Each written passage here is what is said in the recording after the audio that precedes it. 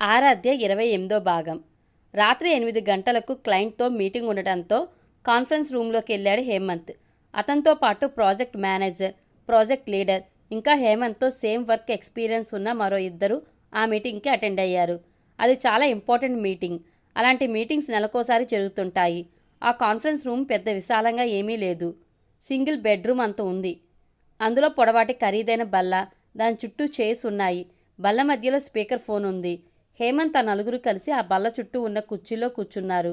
Mobile silent మోడ్లో పెట్టుకున్నారు. జనరల్గా వాళ్ళు ఆడియో కాలింగ్ని ఎక్కువగా యూజ్ చేస్తారు. కానీ ఆ రోజు వాళ్ళు డిస్కషన్ చేసుకున్న వర్క్ను బట్టి క్లయింట్కి ఇంపార్టెంట్ వర్క్ని ప్రజెంట్ చేసే పని ఉండడంతో వీడియో ఫోన్ కాల్ని పెట్టుకున్నారు. ఇవాళ వీడియో కాల్కి జాయిన్ కండి అని వాళ్ళు అమెరికాలో ఉండే క్లయింట్కి మెసేజ్ పెట్టుకోగానే ఆయన రెస్పాండ్ అయ్యి వీడియో ఫోన్ కాల్లో జాయిన్ అయ్యాడు. ఆ ఐదుగురికి మానిటర్లోంచి అమెరికాలో ఉండే క్లయింట్ కనిపిస్తున్నాడు. వాళ్ళు కూడా ఆయనకు కనిపిస్తున్నారు. క్లయింట్ మాట్లాడుతున్నాడు. ఆయన లాంగ్వేజ్ చాలా ఫాస్ట్గా ఉంది. వాళ్ళంతా శ్రద్ధగా ఆయన వైపు చూస్తున్నారు. అంతేకాదు, వాళ్ళు ఏమాత్రం డిస్టర్బెన్స్ మూడ్లో లేకుండా ప్లెజెంట్గా ఉండి ఆయన ఏం అడుగుతున్నాడో దానికి సమాధానం చెప్తున్నారు. అక్కడ ఉన్న ఐదుగురిలో ఒక్క హేమంత్ మైండ్ ప్రెజెంట్ కరెక్ట్గా లేదు. సమాధానాలు సరిగ్గా చెప్పలేకపోతున్నాడు. ఆయన చెప్పేది అర్థం కాక మళ్ళీ మళ్ళీ అడుగుతున్నాడు. ఎంతో ఉద్విగ్నంగా సాగిన ఆ మీటింగ్ 1 గంట లోపలే పూర్తయింది. వీడియో కాల్ ఆగిపోయింది. వీడియో కాల్ ఆగిపోయాక హేమంత్ 1 మినిట్ అంటూ తన ఛాంబర్ వైపు నడిచాడు మేనేజర్. మేనేజర్ తన్ను ఎందుకు పిలుస్తున్నాడో అర్థం కాకపోయినా హేమంత్ అడుగులు అప్రయత్నంగానే ఛాంబర్ వైపు కదిలాయి. మేనేజర్ మన స్టేట్ వాడే. అతను హేమంత్తో చాలా ఫ్రీగా ఉంటాడు. వాళ్ళ మధ్యన ఆఫీస్ రిలేషనే కాక పర్సనల్ రిలేషన్ కూడా ఉంది. ఆరాధ్య జాబ్ విషయంలో కూడా ఒకప్పుడు అతను చాలా హెల్ప్ చేశాడు. దాన్ని ఎప్పుడూ మర్చిపోడు హేమంత్. హేమంత్ వెళ్ళి ఆ మేనేజర్కి ఎదురుగా కూర్చున్నాడు. అతను కూర్చున్న విధానం చూస్తుంటే బాగా మూడవుట్లో ఉన్న వ్యక్తిలా అనిపిస్తున్నాడు. మేనేజర్ దాన్ని గమనించి చాలా కూల్గా, స్మూత్గా, మన క్లయింట్తో ఎందుకలా మూడాఫ్లో సమాధానాలు చెప్పావు మిస్టర్ హేమంత్ అని అడుగుతూ హేమంత్ ముఖంలోకి పరిశీలనగా చూశాడు ఆయన.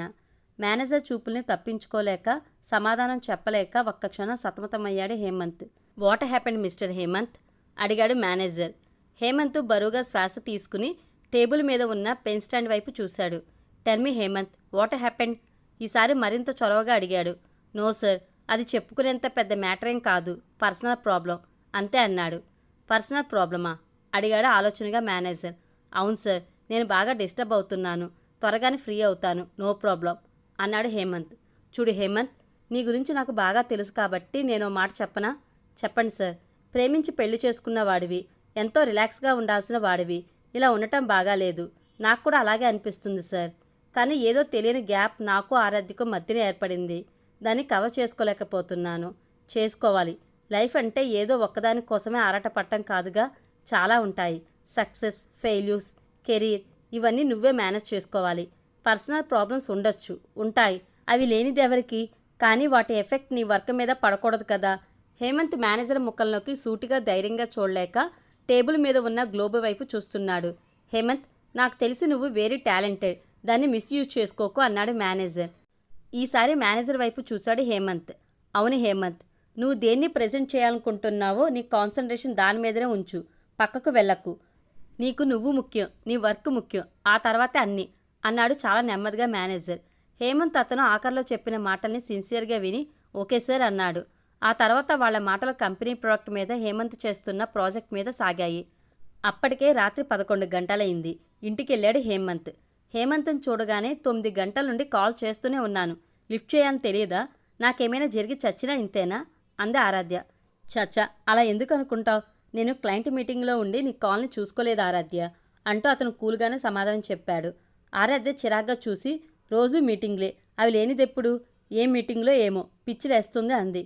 పిచ్చి వేయడం ఏంటి? నీకు తెలియదా మీటింగ్లు ఉంటాయని? ఆల్రెడీ నువ్వు చూస్తున్నావుగా. చూస్తూ కూడా అడుగుతావేం? ఏం మాట్లాడుతున్నావు ఆరాధ్య? ఉన్నదే మాట్లాడుతున్నాను. ఉన్నదా? అదేంటి? అమెరికాలో ఉండే క్లయింట్తో మనం కాంట్రాక్ట్స్ పెట్టుకున్నప్పుడు వాళ్ళ టైమింగ్స్ని మనం ఫాలో కావాలి కదా. ఇండియన్ టైమింగ్ ప్రకారం వాళ్లకు మనకు కొన్ని గంటలు తేడా ఉంటుంది. వాళ్లకు పగలైనప్పుడు మనకు రాత్రి. రాత్రి టైంలోనే వాళ్లతో ఏది మాట్లాడుకోవాలన్నా ఫోన్లో మాట్లాడుకుంటాం. ఇవన్నీ ఆల్రెడీ నీకు తెలుసు. నార్మల్ లేడీలా బిహేవ్ చేస్తావేం? నేను ఇలా చూస్తుంటే నువ్వు అసలు సాఫ్ట్వేర్ జాబ్ చేసే అమ్మాయివేనా అనిపిస్తుంది. సాఫ్ట్వేర్ అమ్మాయికి మనసుండదా? భర్తతో స్పెండ్ చేయాలన్న కోరిక ఉండదా? నేను ఏది షేర్ చేసుకోవాలన్నా ఇదిగో ఇంట్లో ఉండే ఫర్నిచరే నాకు కనిపిస్తుంది. మీరు కనిపించరు. ఇప్పుడు రాత్రి 11 దాటింది. పడుకోగానే నిద్ర వస్తుంది. తెల్లవారు ఆఫీస్కి వెళ్తాం. మనం మాట్లాడుకునేదెప్పుడు? ఒకరినొకరు చూసుకునేదెప్పుడు? ఇవాళ నేను 5 గంటలకి ఆఫీస్ నుండి ఇంటికి వచ్చాను. అప్పటి నుండి నేనెంత లోన్లీగా ఉన్నానో తెలుసా? దీనికి నా దగ్గర సమాధానం లేదు. నేనైతే ఈ జాబ్ని వదులుకోలేను. ఆఫీస్లో నా టైమింగ్స్ని మార్చుకోలేను. నా డిన్నర్ అయింది. నువ్వు తింటే పడుకో, లేకుంటే తిని పడుకో అంటూ అతను వెళ్ళి డ్రెస్ మార్చుకుని పడుకున్నాడు. రోజు ఇలాగే బయట తినేసి వస్తారా? లేదు, ఇవాళ మా మేనేజర్ రెస్టారెంట్కి తీసుకెళ్లారు. ఓకే అంటూ ఆమె వైట్ నైటీలోకి మారి లైట్గా స్ప్రే చేసుకుని వచ్చి హేమంత్ పక్కన పడుకుంది. అతను నిద్రపోకపోయినా అటువైపు తిరిగి ఆమె వచ్చి పడుకోవడం గమనించినట్లే ఉన్నాడు. హేమంత్, ఇటు తిరిగి పడుకో. నేను తిరగను. ఎందుకు? అవసరమేముంది? నన్ను అవాయిడ్ చేస్తున్నావా? అంత పెద్ద డైలాగ్ ఇప్పుడు అవసరమా? అవసరమా అంటే అవసరమే. నా వైపు చూడవెందుకు?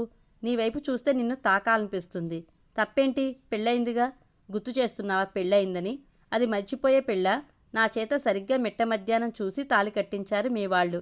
అది చాలా పవర్ఫుల్ ముహూర్తమట. చూసిన వాళ్ళు చెప్పారు. సరే, అవన్నీ ఇప్పుడెందుకు? ఇటు తిరిగి హేమంత్. నేను తిరగను.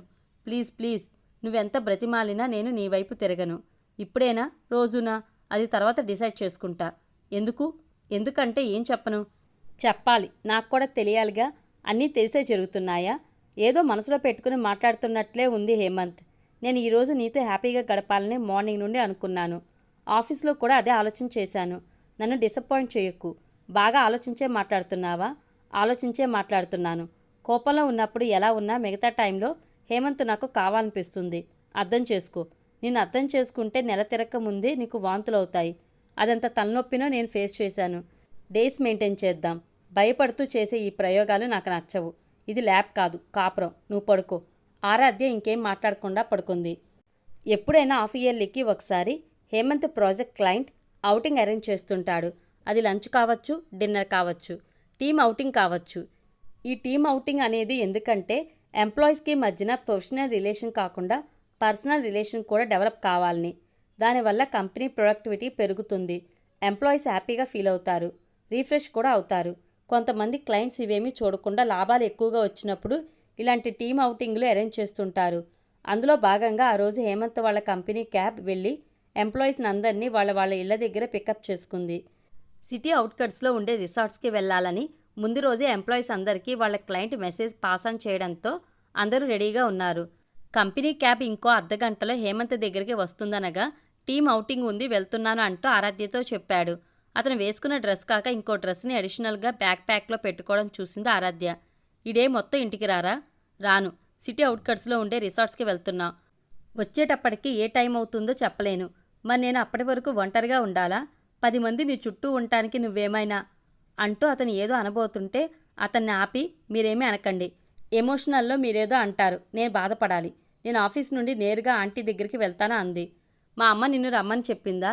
చెప్పకపోయినా వెళ్తాను. నేను వెళ్తే వద్దనరు, చాలా హ్యాపీ అవుతారు. మీ నాన్నగారు కూడా నన్ను ఒకప్పుడు చాలా బాగా చూసేవారు. పెళ్ళయ్యాకనే కలవలేదు. ఇప్పుడు వెళ్ళి కలుస్తాను అంది. వాళ్ళ నాన్నగారి మాట ఎత్తగానే హేమంత్లో మార్పు వచ్చింది. ముఖమంతా యాసిడ్ కన్నా భయంకరమైన ద్రవం పడినట్లు మాడిపోయింది. అప్పుడే కంపెనీ క్యాబ్ వచ్చి ఇంటి ముందు ఆగడంతో అతను వెళ్ళిపోయాడు. ఆమెను వాళ్ళ అమ్మ దగ్గరికి వెళ్ళమనలేదు, వద్దు అనలేదు. అలా చెప్పేంత టైం కూడా అతనికి లేదు. హేమంత్ ఎక్కగానే ఆఫీస్ క్యాబ్ సిటీ అవుట్కట్స్ వైపు బయలుదేరింది. క్యాబ్లో ఉన్న వాళ్ళంతా చాలా ఎంజాయ్గా ఉన్నారు. కొంతమంది వాళ్ళ స్నేహితులతో మాట్లాడుకుంటుంటే కొంతమంది క్యాబ్లో ఉన్న ఆడియోలోంచి పాటలు వింటున్నారు. అలా ఓ అర్ధగంట ప్రయాణం చేయగానే రిసార్ట్స్ వచ్చింది. అబ్బాయిలు అమ్మాయిలు బ్యాక్ ప్యాక్లు తగిలించుకుని క్యాబ్ దిగారు. వాళ్ళకి ప్రొవైడ్ చేసిన రూమ్స్ వైపు మాట్లాడుకుంటూ వెళ్లారు. మార్నింగ్ ఫ్రెష్ అప్ అయి టిఫిన్ తిని క్రికెట్ ఆడారు. చిన్న చిన్న ఆటలు సరదాగా ఆడారు. బోటింగ్ చేశారు. అంతా సరదా. లంచ్ అయ్యాక రెస్ట్ తీసుకున్నారు. మళ్ళీ ఆటలు ఆడేవాళ్ళు ఆటలు, పాటలు పాడేవాళ్ళు పాటలు పాడుతూ ఒక రేంజ్లో ఎంజాయ్ చేశారు. హేమంత్ మాత్రం ఏమీ చేయలేదు. సైలెంట్గా ఉండిపోయాడు. అతనికి అతని తండ్రి గుర్తొస్తున్నాడు. తండ్రి గురించి తల్లి చెప్పిన మాటలు గుర్తొస్తున్నాయి. అవి ఒకటే పెయిన్ పుట్టిస్తున్నాయి. ఈ పాటికి ఆరాధ్య తన తల్లిదండ్రుల దగ్గరికి వెళ్ళి ఉంటుందా? వెళ్తే అక్కడ వాతావరణం ఎలా ఉండి ఉంటుంది? ఆమెను వాళ్ళు ప్రేమగా రిసీవ్ చేసుకుని ఉంటారా? ఇవే ఆలోచనలు హేమంత్లో. ప్రశాంతంగా ఉండలేకపోతున్నాడు.